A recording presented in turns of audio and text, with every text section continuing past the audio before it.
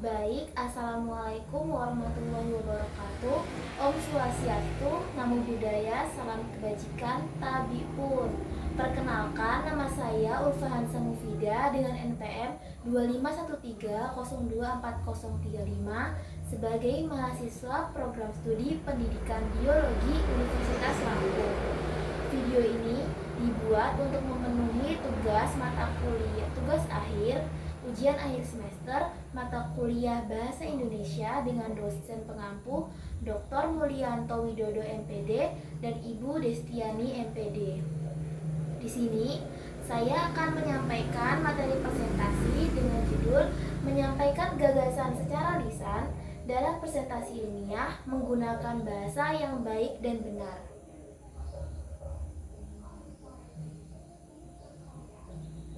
Yang pertama, definisi presentasi ilmiah.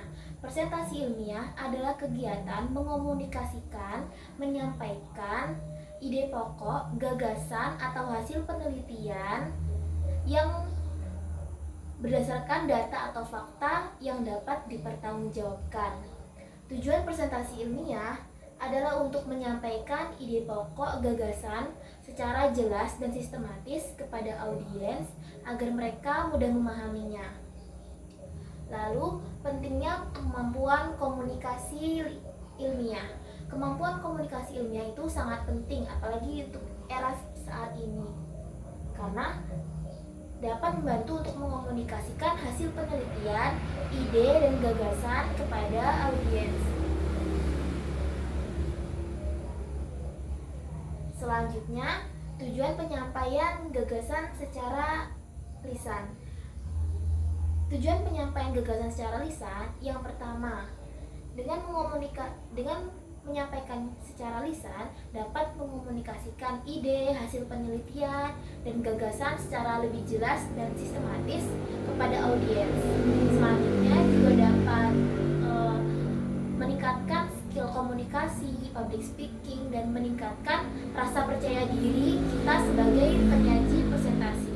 Lalu dapat juga membangun interaksi ilmiah antara peneliti dan audiens, karena di dalam presentasi ilmiah pasti terjadi sesi tanya jawab dan juga bertukar gagasan.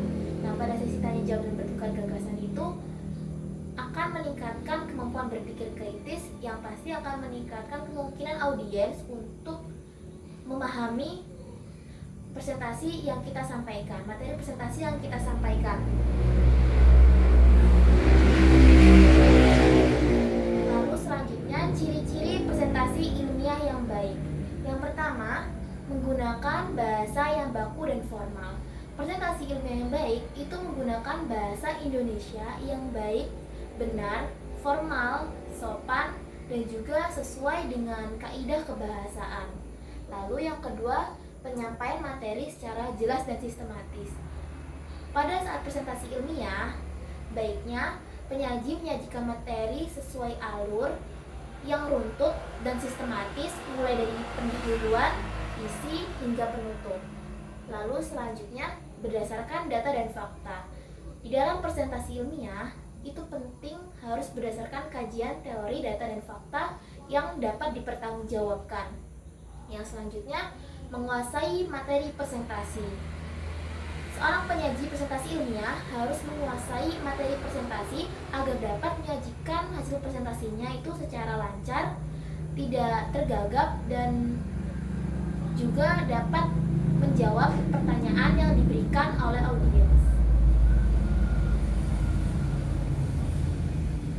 Selanjutnya, struktur presentasi ilmiah.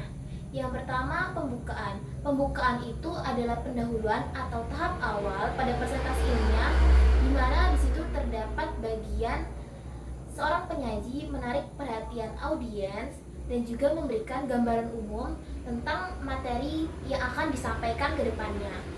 Lalu selanjutnya, isi presentasi.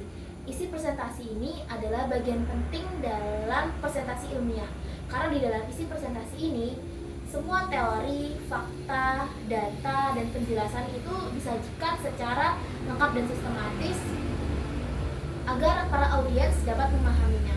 Lalu selanjutnya penutup. penutup atau bagian tahap akhir ini biasanya kesimpulan dan juga dapat berupa harapan dan ucapan terima kasih penyaji kepada audiens.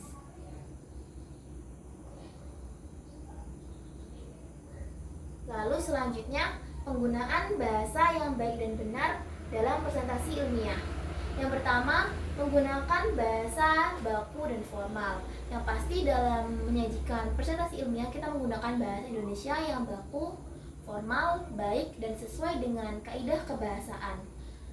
Lalu selanjutnya, menggunakan kalimat efektif yang jelas.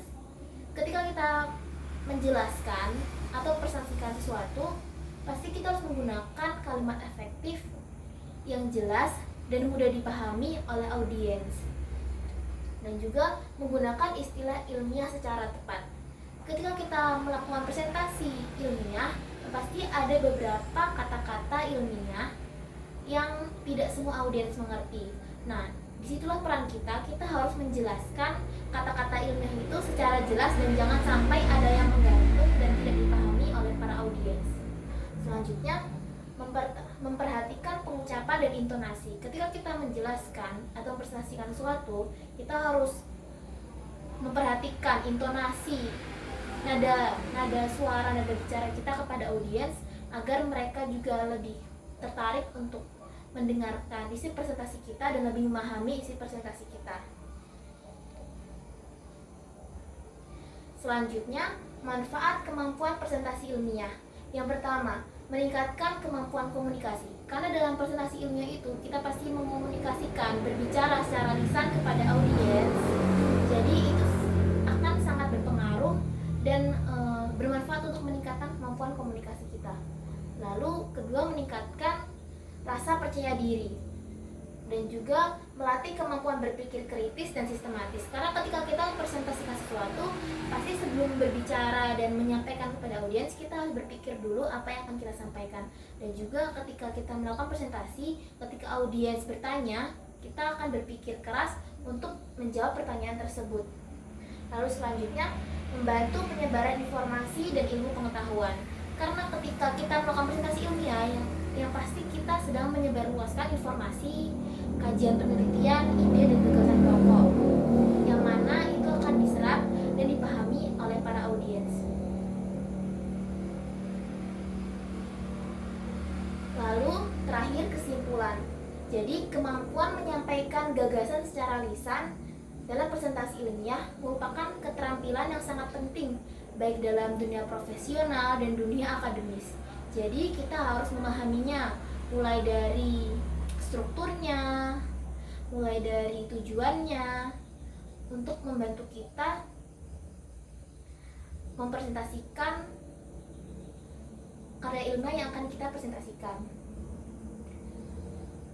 Baik, demikianlah presentasi yang dapat saya sampaikan. Lebih kurangnya mohon maaf. Saya akhiri. Wassalamualaikum warahmatullahi wabarakatuh.